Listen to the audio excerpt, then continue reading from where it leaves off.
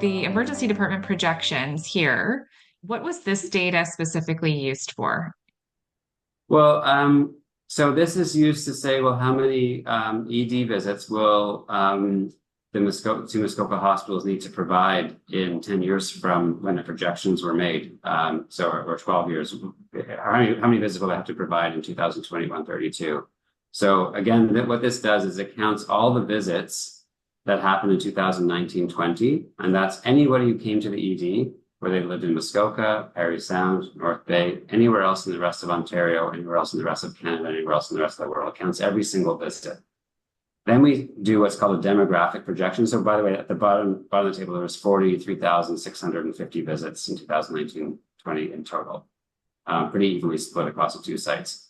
Then we do some calculations and we make sure we take into account the expected growth of the population for all the populations you serve. So I mentioned before that example about Milton. If you see people from Milton, Milton's fast growing. So you're going to see more people from Milton in the 10-year projection than you did in the 2019-20 base year.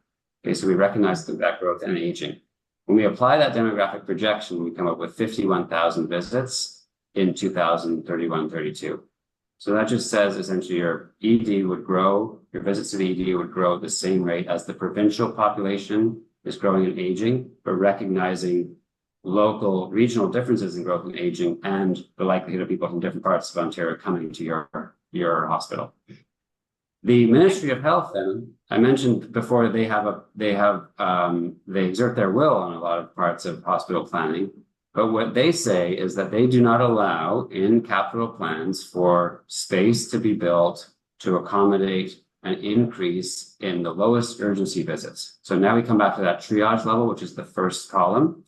Triage level 1 is resuscitation, right? So people are very near death in their triage level 1.